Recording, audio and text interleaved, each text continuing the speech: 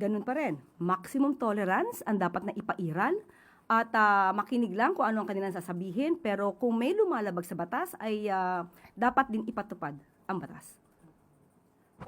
Pero dito po sa Malacanang, may nakita po ba tayo na dahilan para mas maghigpit ng security? Naka-heightened alert po ba yung Presidential Security Command? Nagmo-monitor po ang Pangulo.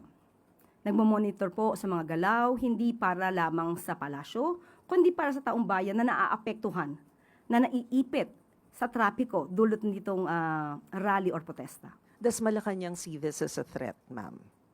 Wala pong nakikitang threat dahil alam naman po ng Pangulo na ang kanyang ginagawa ay para sa taong bayan. So kung meron lang po siguro mga ibang interes o interes ng ibang grupo, interes ng ilang tao, hindi po siya dapat na maging hadlang sa pagpapatupad ng Pangulo at ng administrasyon ito ng batas.